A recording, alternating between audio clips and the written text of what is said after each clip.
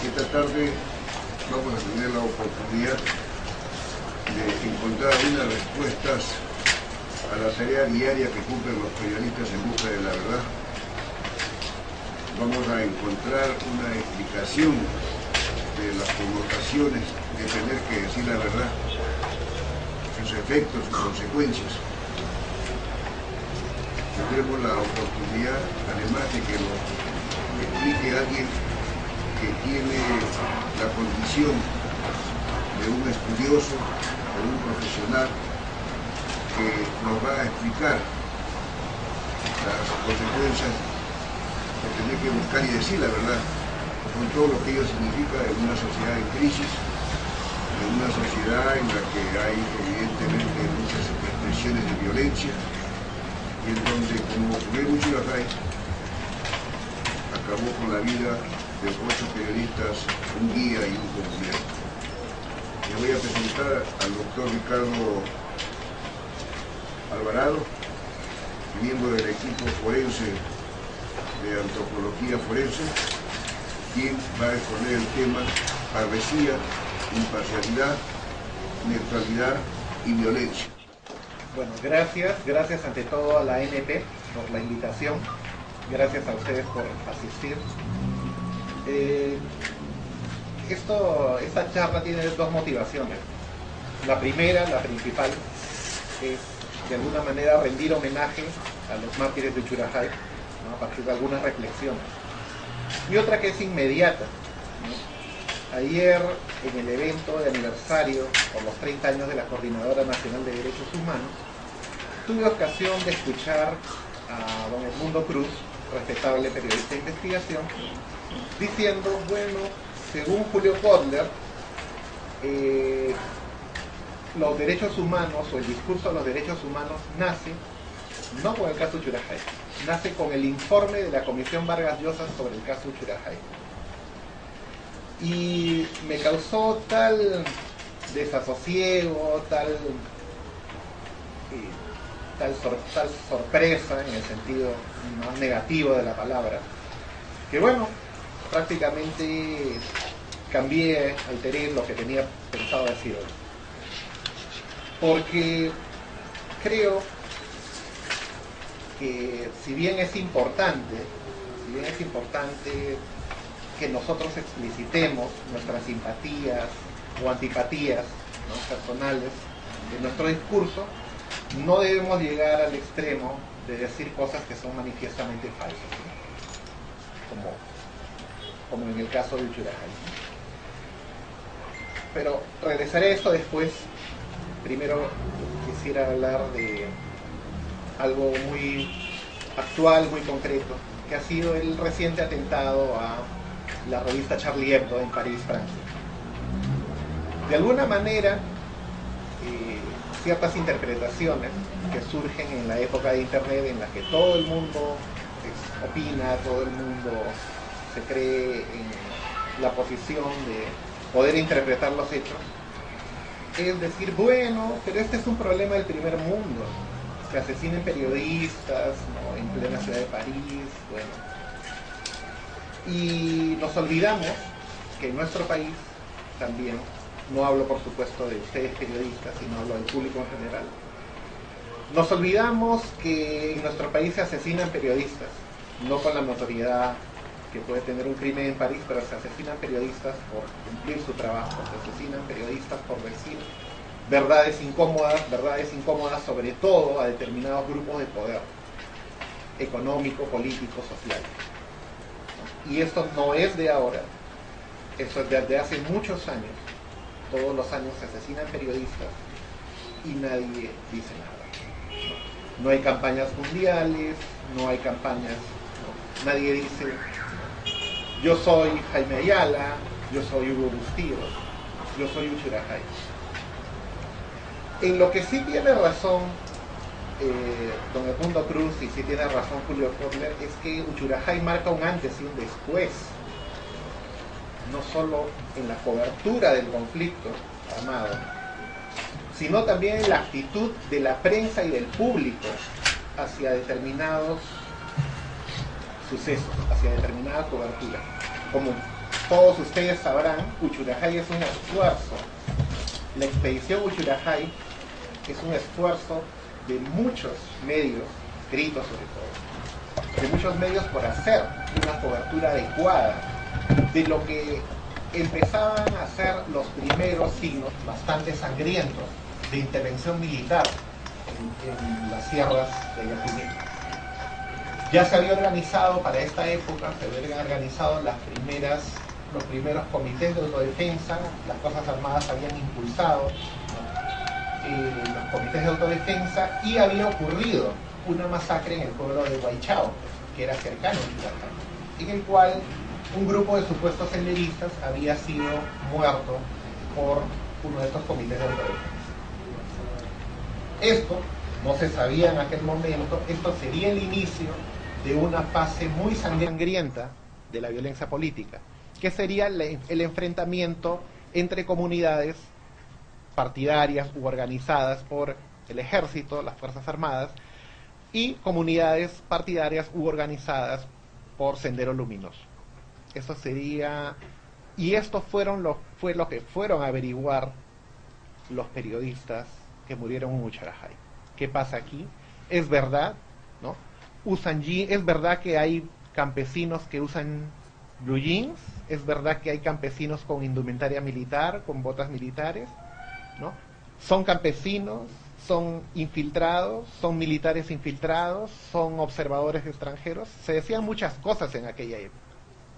Sin entrar en disquisiciones sobre eso, bueno, lo certero es que ellos fueron a averiguar, y fue porque querían averiguar que murieron, que fueron asesinados.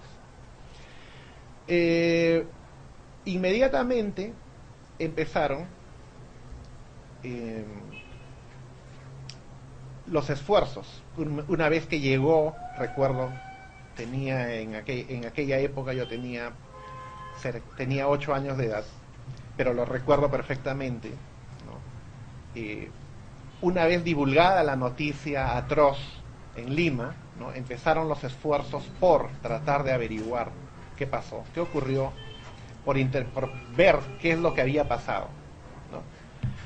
Y como suele suceder ahora con más frecuencia, se creó una comisión investigadora, ¿no? La Comisión Vargas Llosa, ¿no? A la cual hacían referencia don Edmundo Cruz y también Julio Córdoba.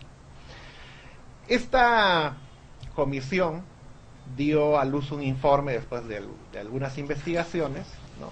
En el cual se hacían una serie de aseveraciones, en la cual, como por ejemplo, ¿no? Que existían dos Perús, existía un Perú civilizado, al que supuestamente representaban, pues, ¿no? Los miembros de la comisión y también el Perú oficial, y un Perú, una suerte de Perú profundo, ¿no? Salvaje, ¿no? Incivilizado, al cual pertenecían los comuneros de Uchurajay. Y la masacre, según este informe, había sido producida por este desencuentro, por esta incomunicación, por este desconocimiento, ¿no? Poco después de publicado este informe, aparecieron las fotografías de Willy Reto, en las cuales quedó completamente demostrado que no era cierto, que no había habido una matanza, un ataque directo, que había habido un diálogo previo y que había habido una conversación que no había tenido éxito y que al final hubo la masacre. Entonces, esto nos lleva a preguntarnos, o me lleva a preguntar, entonces, ¿qué es lo que querían saber y qué es lo que cambió después de la masacre? ¿Qué es lo que querían saber los 8 periodistas y qué cambia con la masacre? Bueno, querían saber, ya se dijo, querían cubrir lo que a todas luces se veía como una guerra. Se había iniciado una guerra en los Andes y los periodistas querían cubrirlo. Consecuencia inmediata de la masacre es que se establece una censura militar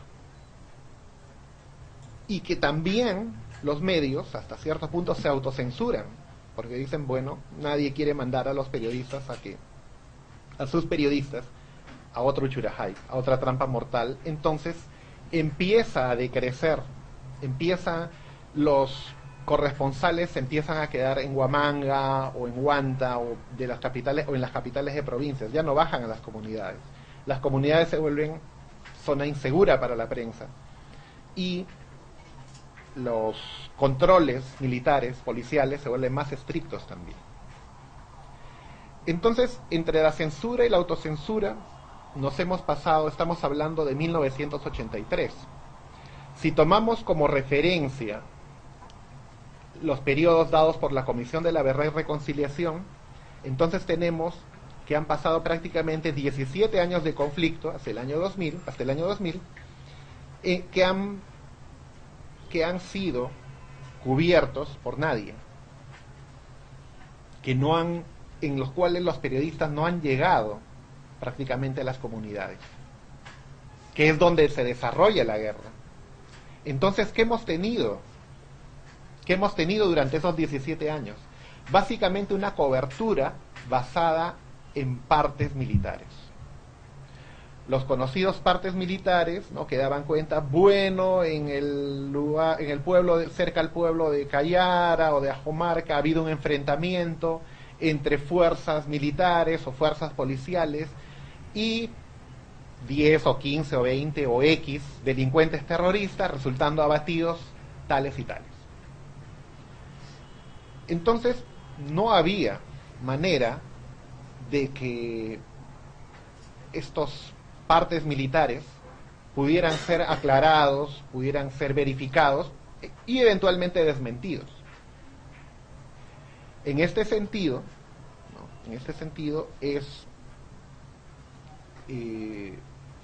Uchurajay marca un antes y un después en cobertura, marca también una actitud, que es una actitud de no querer desafiar, ¿no?, en la mayoría de casos, y en los medios con base en Lima, no querer desafiar las prohibiciones por temor a las consecuencias, ¿no?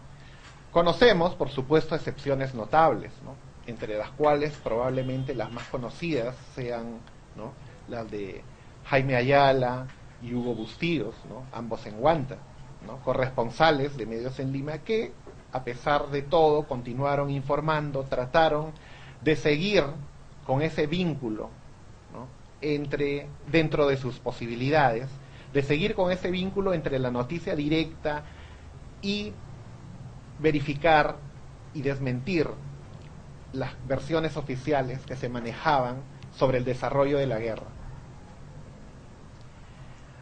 Entonces, tomando en cuenta esto y relacionándolo ya con la actualidad de la libertad de prensa en el Perú, podemos trazar un vínculo entre aquel momento de 1983, ¿no?, y un poco más allá, ¿no?, unos 10 años después, el inicio de lo que fueron unos medios de comunicación, sobre todo los más importantes, ¿no?, los de la televisión, por ejemplo, ¿no?, que el inicio de una autocensura que después pasó a ser una venta de los medios de comunicación.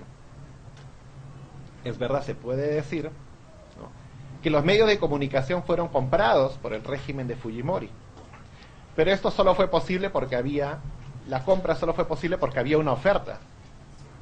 Unos medios que ya estaban autocensurados por temor pasaron a ser vendibles por dinero. Y esto, ¿no?, fue público, fue notorio, ¿no? Fueron notorios los videos con Montesinos y fajos de dinero y los dueños de los canales de televisión, ¿no?, y los sesgos tremendos que tenía la información en aquella época, ¿no? Y sobre esto no ha habido hubo en aquel momento, en el momento de la divulgación de estos videos, hubo escándalo, hubo, ¿no?, consternación, hubo repudio, pero ¿no? Ya vemos, los medios de comunicación fueron devueltos y tienen prácticamente los mismos dueños. Alguno, ¿no? Como el caso, alguno, como Baruch Hipcher, por ejemplo, por el hecho de haber cambiado de bando oportunamente, incluso se le pagó una indemnización millonaria por devolverle su canal, ¿no? Cuando durante mucho tiempo, y basta recordar la cobertura que se le hizo al conflicto con el Ecuador, cobertura absolutamente sesgada en la que se decía, ¿no? Se informaba, ¿no? en el canal 2, en frecuencia latina, se informaba que se estaba en la primera línea de combate, mientras observábamos en la televisión a Fujimori bañándose,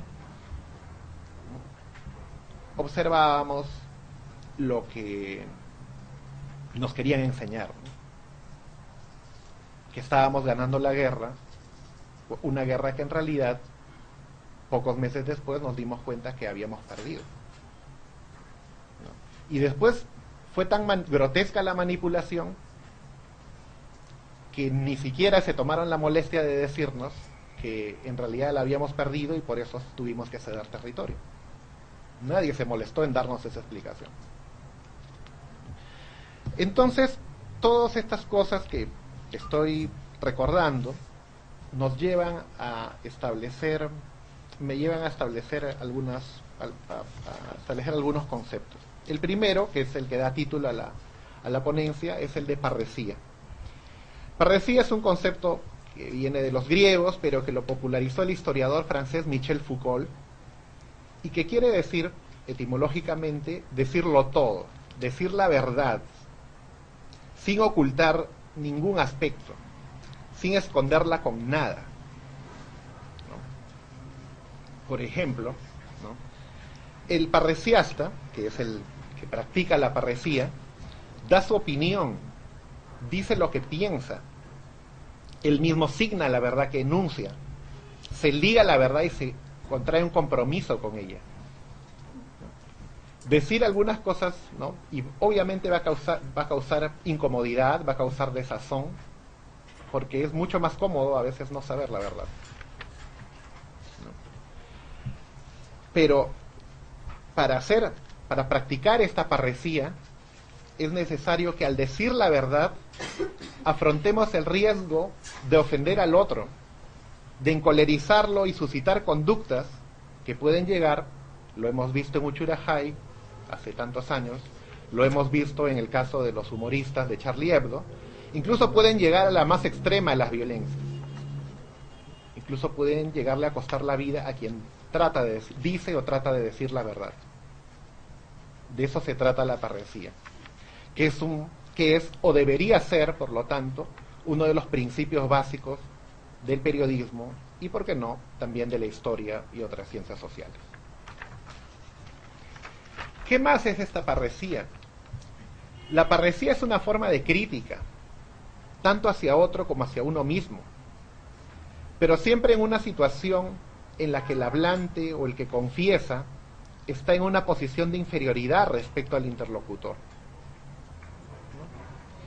Por ejemplo, frente a los palos y las piedras de los comuneros, o frente a los fusiles automáticos de los terroristas, el periodista está inerme, no tiene más que su voz, no tiene más que su palabra, no tiene más que su verdad, siempre va a estar en una posición de inferioridad.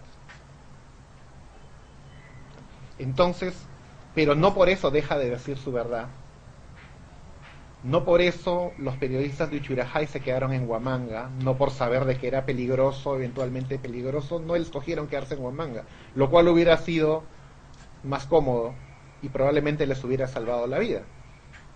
Pero es que el compromiso con la verdad es mayor.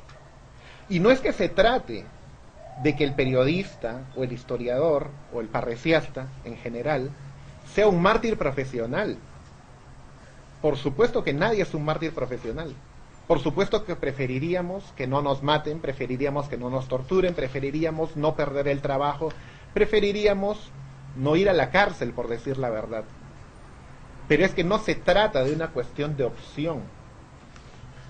Se trata de principios éticos, se trata de principios estéticos casi, que tienen que ver con la concepción que tenemos de qué es lo bueno, qué es lo bello para nosotros, de cómo es que debe ser el mundo.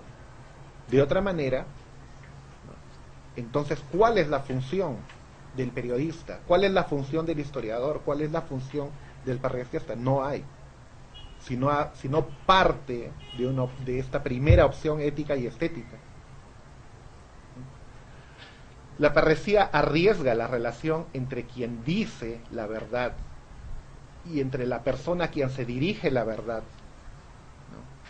En última instancia hace peligrar la existencia misma del que habla, por lo menos cuando su interlocutor tiene algún poder sobre él y no puede tolerar la verdad que se le dice.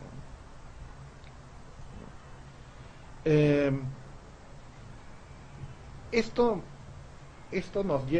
nos debería llevar a replantearnos muchas cosas, ¿no? Hablaba con los jóvenes periodistas hace unos instantes y decía, por supuesto, hay trabajos, ¿no?, muy cómodos, ¿no?, y probablemente muy bien pagados, ¿no?, en los cuales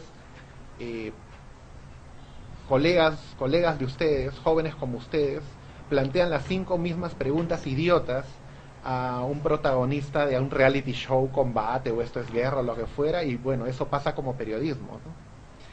Y también tenemos el caso de que, claro, uno hace un reportaje muy incisivo, muy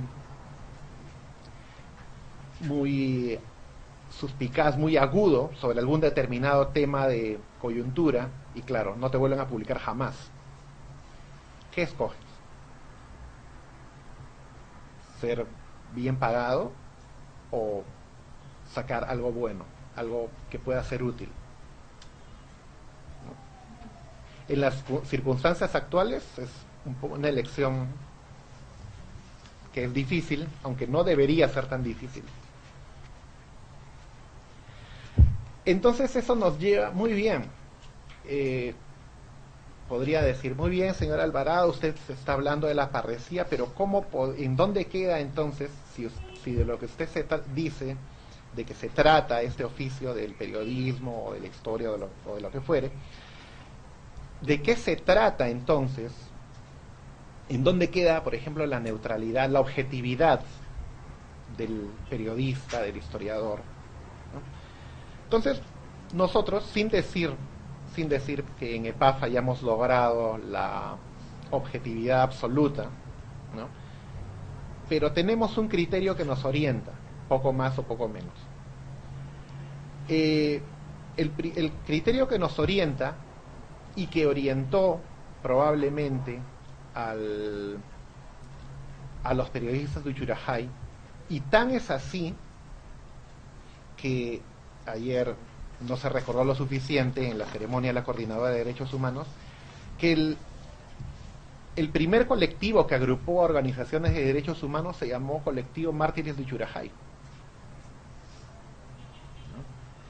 ¿Y cuál era la, digamos, en una época tan difícil en que había fuego cruzado, en que una comunidad podía estar ocupada por sendero un día y a la semana por el ejército y viceversa? ¿Cuál es el criterio que puede orientarnos dentro de una realidad tan compleja? Tan compleja que más de 20 años después aún estamos reconstruyendo pieza por pieza ese enorme rompecabezas. Y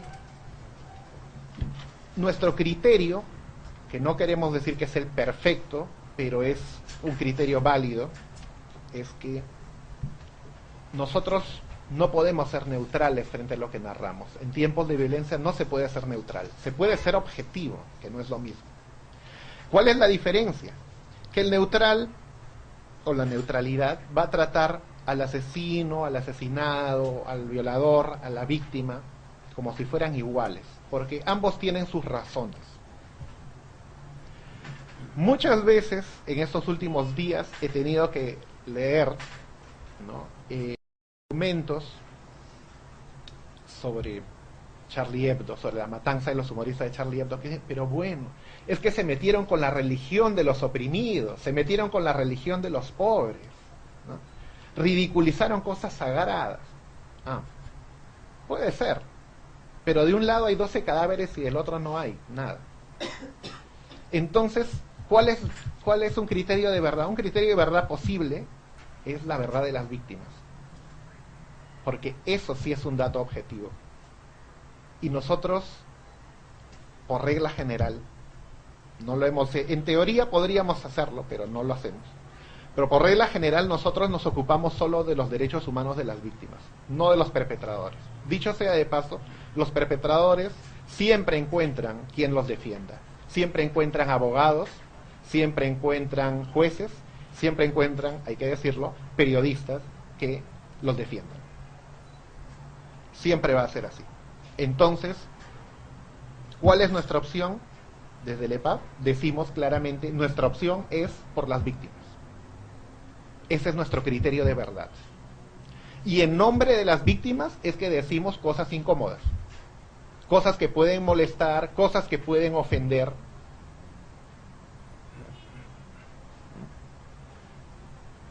Pero que son verdades, verdades elementales.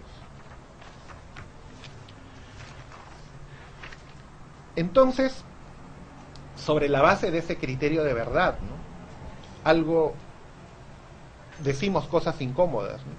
Como por ejemplo, ¿no?, algo que alguna vez traté con ocasión también, yo mismo traté con ocasión de otro aniversario, hace ya algunos años, otro aniversario de Uchurajay, ¿no?, que probablemente una de las mayores injusticias que ha cometido la Comisión de la Verdad y Reconciliación es tratar de igualar a los mártires de Uchurajay con quienes los mataron, por el hecho lamentable y objetivo, pero también un hecho, de que claro, después, años después, fueron víctimas de Sendero Luminoso. Terrible, espantoso, atroz, pero que no tiene que ver con la matanza de Uchurajay. La matanza de Uchurajay es un hecho objetivo, ¿no?, y en relación con la matanza de Uchurajay decimos que hay víctimas inocentes, que son los periodistas, y hay quienes los mataron. Entonces, venga esta reflexión para decir de que para el oficio del parriciasta, sea periodista, historiador, sociólogo o lo que fuera, ¿no?, no hay verdades sagradas, ¿no? Probablemente la única verdad sagrada sea la de las víctimas, ¿no? Como bien decía uno de los grandes del periodismo, que es Richard Kapuscinski, decía, el verdadero periodismo es intencional, ¿no? Se fija un objetivo y trata de provocar algún tipo de cambio. No hay otro tipo de periodismo.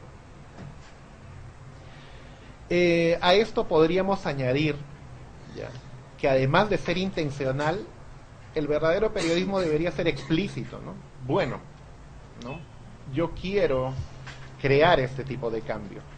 Mi aseveración es posible que tenga un sesgo, pero el sesgo va en este sentido. Entonces, si uno explicita el sesgo, el lector no se llama error, no es llamado error, ¿no?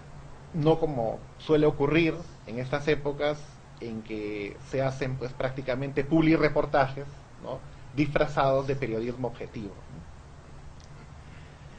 ¿no? Y bueno, para seguir con la cuestión de la neutralidad, ¿no?, dice Elena Poniatowska, dice que en América Latina, no es solo cosa del Perú, cuando uno se mete a periodista, lo primero que hace es indignarse. Si uno no hace periodismo de denuncia, no sé qué estamos haciendo. Y probablemente sea verdad. Y si conmemoramos a los mártires de Uchurajay, en parte es también por eso. Porque es toda una vertiente en la que probablemente pocos se han fijado en esto, pero desde aquel entonces, ¿no?, con honrosas excepciones que ya he mencionado, ¿no?, decae mucho el periodismo de denuncia. La denuncia se vuelve más bien escándalo, ¿no?, en el peor sentido, ¿no?, y escándalo sobre todo en temas banales, ¿no? Ha sido tal vez es buena parte de una generación que ha caído en Uchurajay, ¿no?,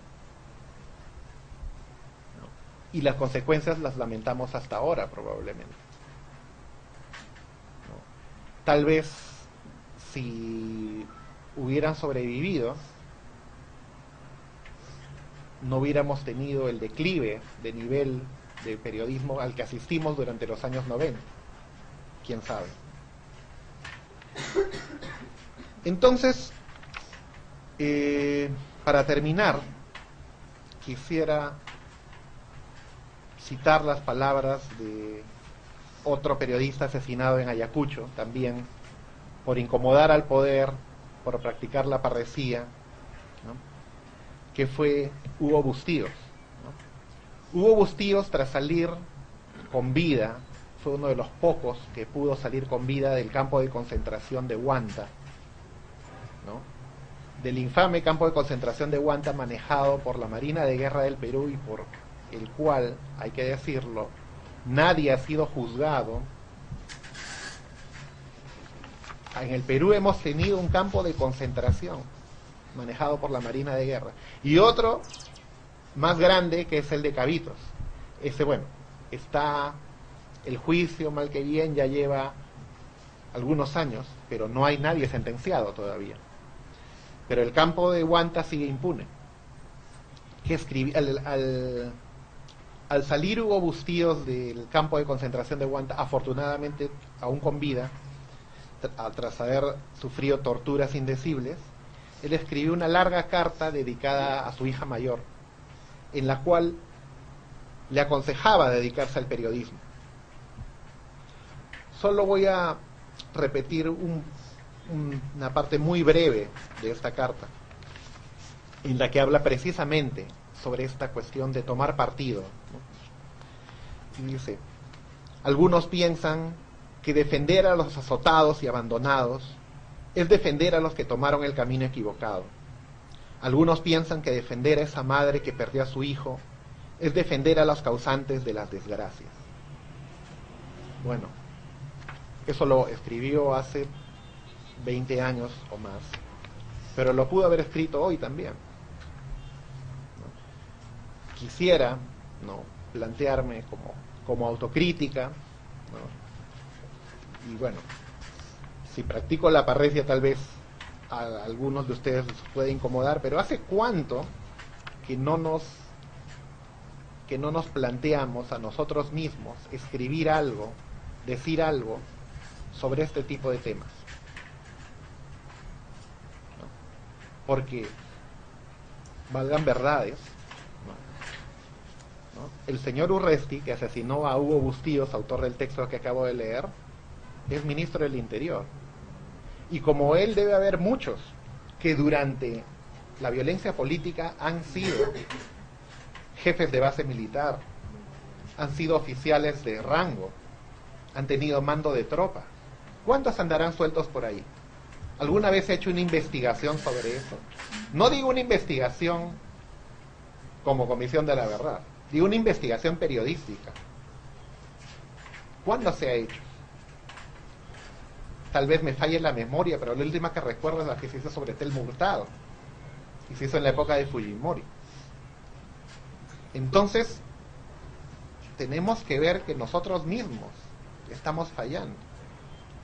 Yo mismo, claro, ahora estoy bastante cómodo hablando sobre estos temas, pero tampoco escribo. Entonces, ¿en dónde estamos? Es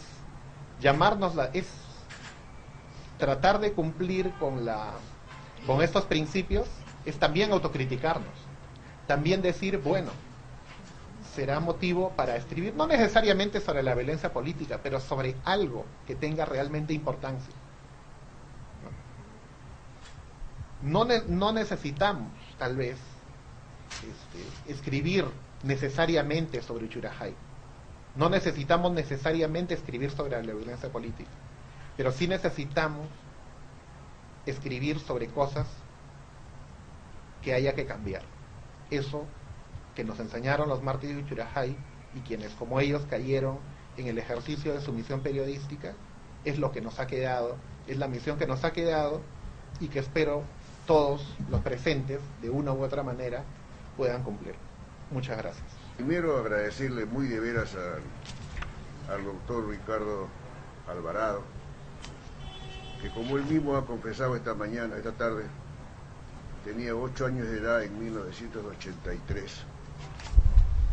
Y me apoyo justamente en lo que usted acaba de expresar, para no rehuir a lo que significa parresia o parresía.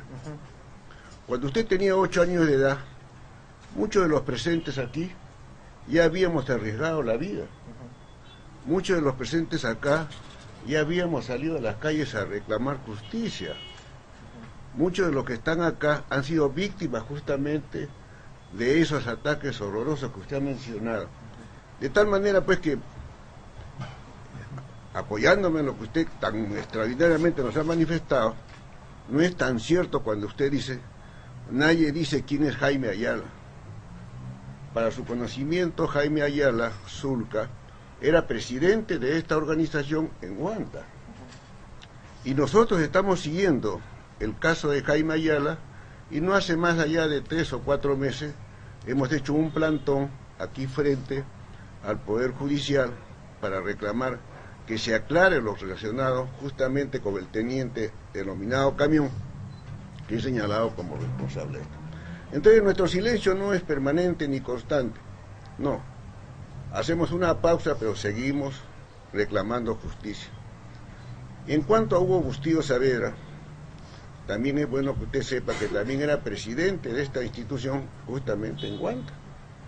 Y también como ese caso lo estamos siguiendo sin pausa, sin fatiga, sin cansancio, y hace poco hemos estado reunidos con la jueza encargada de este caso, porque nos extraña que durante tanto tiempo, hasta el día de hoy, no haya una resolución sobre el particular. De tal manera que desde el punto de vista gremial, sí hay organizaciones como esta, por ejemplo, que no ha pedido en ningún momento un instante para autoamordazarse o callar frente a estos crímenes. Claro, yo comprendo que ser un científico como usted demanda mucha dedicación, mucho esfuerzo, y a veces hay vacíos, por supuesto. Sin embargo, la oportunidad es muy buena para hacer algunas aclaraciones. Se lo agradezco. Cuando usted dice que los diarios se autocensuraron, tampoco se ajusta a la verdad. Muchos en esa época ya estábamos ejerciendo el periodismo en activo y hemos informado tanto las atrocidades del terrorismo como las atrocidades de las fuerzas represivas, y lo hemos hecho, con decirle nomás que este local ha sido víctima varias veces de atentados, de uno y otro lado, y cuando se produce el autogolpe del señor Fujimori, fue la única organización a la que le pusieron un tanque aquí en la puerta, y los dirigentes estábamos en la lista de los que teníamos que ser detenidos. De tal manera que nunca nos hemos permitido que alguien nos insinúe la autocensura. Hemos hablado con toda claridad, seguimos hablando con toda claridad, y justamente está usted en el local de un gremio como este, en donde pues estamos trabajando desde hace muchos años, desde 1983 para adelante, con respecto a este caso en la que habían varios miembros de esta organización. Fíjese usted, como símbolo de nuestro trabajo, allá en Uchurajay hay una cruz que fue levantada por esta organización. Y ese mausoleo que está en el cementerio El Ángel, que estuvo a punto de frustrarse, estuvo a punto de ser archivado, originó una movilización de nosotros y logramos que la Municipalidad de Lima con las autoridades de entonces hicieran la obra correspondiente. Entonces, nosotros cordialmente, en homenaje a su edad y a su interés por conocer la historia, ponemos a su disposición nuestros archivos. Puede ser que de alguna manera nosotros colaboremos con su trabajo. Y también algo que tenemos que rescatar.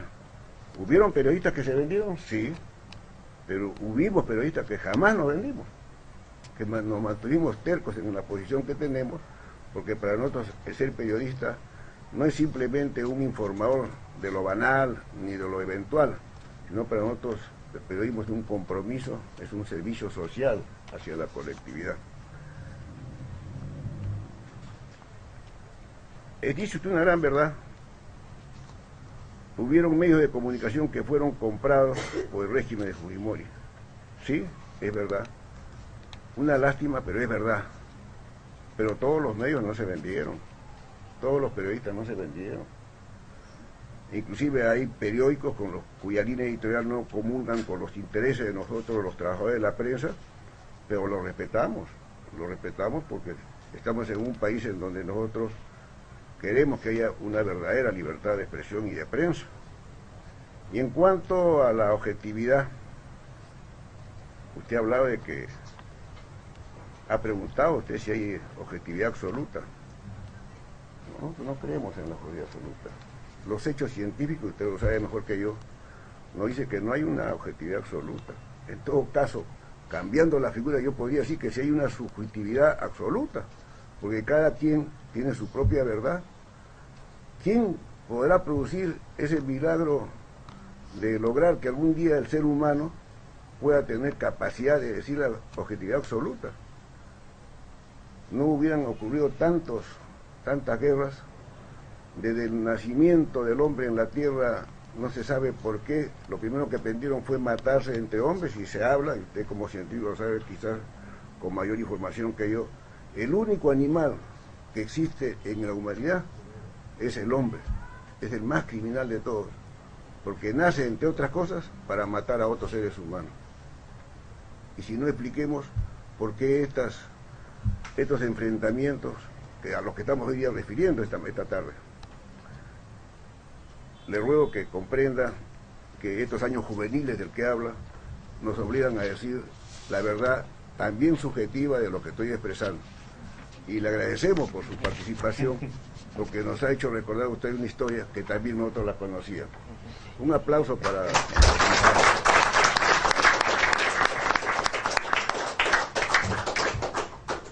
Bueno, creo que no hay ninguna pregunta. Nosotros ya tenemos un nuevo amigo y lo invitaremos nuevamente a nuestro local. Muchas gracias, doctor. Gracias.